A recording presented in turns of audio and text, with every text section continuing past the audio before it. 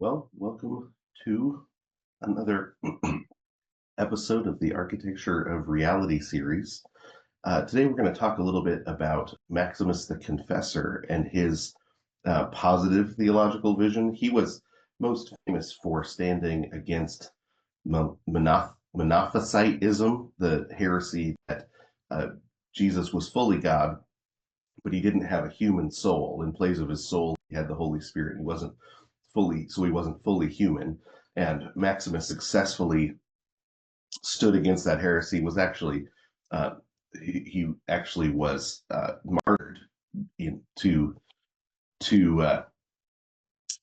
martyred for standing against that heresy, but he successfully in his martyrdom turned the Eastern Church away from Monophysitism, and by arguing and showing from previous writers and then arguing himself from the scriptures that anything that any aspect of a full human nature that Jesus didn't have isn't redeemed. That our redemption uh, requires Jesus to be fully human as we are, and also fully divine. And it's that's what he's known for, or what he has been known for throughout history, which we should honor him for that. But he also was the one of the main theologians that transitioned the church from the early church to the Middle Ages with his vision of the creator-creature divide, which was a really important distinction. He said the angels that fly around the throne are singing "Holy, Holy, Holy" are closer in being to humans than they are to God, because the distance between a created thing and its creator, between God and any created thing, is infinite, right? So the angels are more like us than they are like God, and it really sort of undermined the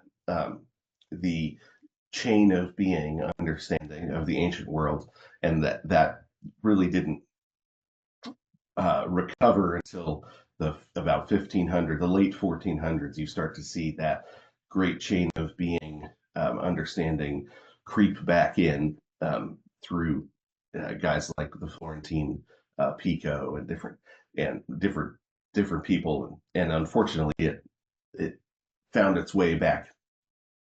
It found its way back into our understanding. But um, the one of the things that uh, Maximus is becoming more and more known for, since we do have his writings and people are rediscovering him, is his understanding of the universe as a giant cosmic liturgy, a giant cosmic unity that is worshiping, that's existing in worship. It's moving towards God in worship, and then it's being restored or glorified as time goes on.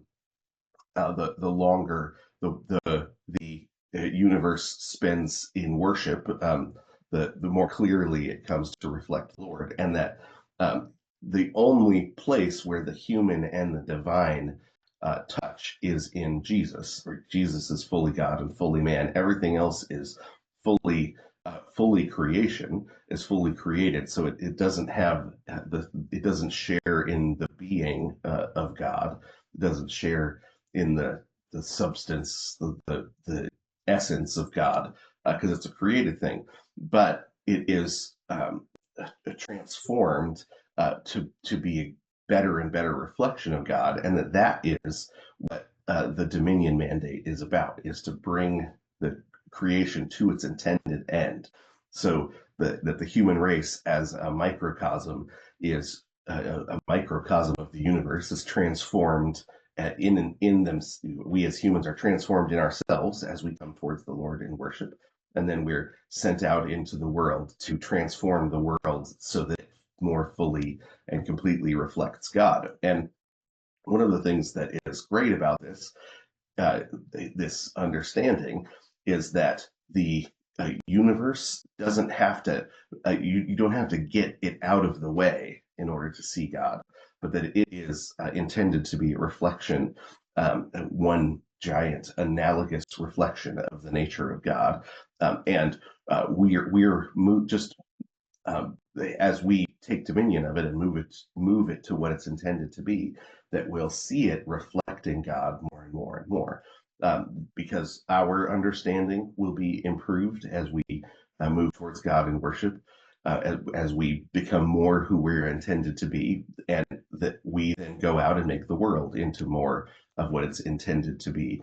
And um, the so so he looked up into the sky, and this is where he begins his conversation. He saw that the cosmos, the sun, the moon, the stars, that it all moved together, and he said, "Oh, that's like a liturgy, right? That this is a gigantic, cosmic liturgy of worship before the throne of God. That's why we live in a universe that moves, that's in constant motion, because the cosmos is in the midst of liturgical worship. It's a giant liturgical dance, um, and the this giant interconnected liturgy is directed towards God, and as it does that, it all points back to its creator, right? So it isn't um, it isn't random. It isn't running on physics, which doesn't really make any sense because physics is just a description of things. Uh, but instead, it is sort of a inherently ordered, um, divinely purposed cosmic liturgy, and all creation participates in just a grand, unified worship as it returns to its creator and then reflects its creator when it moves out from its creator. So, what really, I think, um, what as this understanding got hold of the imagination of the medievals, it really did shift and change their orientation towards creation. So a lot of the scientific revolution depended upon this understanding of the ordered universe, that you could expect the universe to remain ordered, because uh, God, God's intentions kept it ordered. But you also didn't have to get underneath in a Gnostic way, get underneath to find the secrets, but that creation itself was in the way creation worked.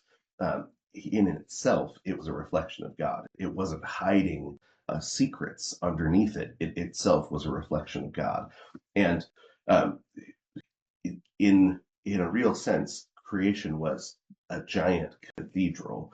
And what I mean in a real sense is everything that dwelt in creation was in the act of worship, right? That's what you did in the cathedral. That's why, as the Middle Ages went on, they ended up building cathedrals, because they were trying to reflect this view of creation, that God had that the architect had built this building called the created order, and inside it, every creature, their job was to move towards God and worship, and move out in transformation, and then move towards God and worship and move out in transformation. And that was going to be the story of history. Cathedrals make sense in that vision of worship, right? That's what we are doing. We step into a cathedral to remind ourselves that we have been in a cathedral all week, right? We step into the cathedral is a microcosm of reality, and our stepping in and out of the cathedral is what we've been doing anyway all week. So it's a kind of vision that uh, makes that gives individuals within it a place and a job, right? So the same way, if you get to visit any of the really great cathedrals, there's all of these small, in every corner, you've got the art of some architect, or the art of some artisan somewhere, that took the portion that was theirs and made sure that that small portion reflected the and in stone it worshipped the Lord, right? In the art itself worshipped the Lord. And if and it would take hundreds, if not thousands of people, it would take hundreds of years to build these cathedrals. But each person said, well, my little corner, it's my job to take my little spot, the spot that was given me here, and make sure that it fits and functions within the whole towards the worship of God. And in a real sense, that's what all of our lives are, right? We don't have to be influential in a big cultural way or something to be able to do our part well, and that our part, when done well, leaves an impact beyond ourselves.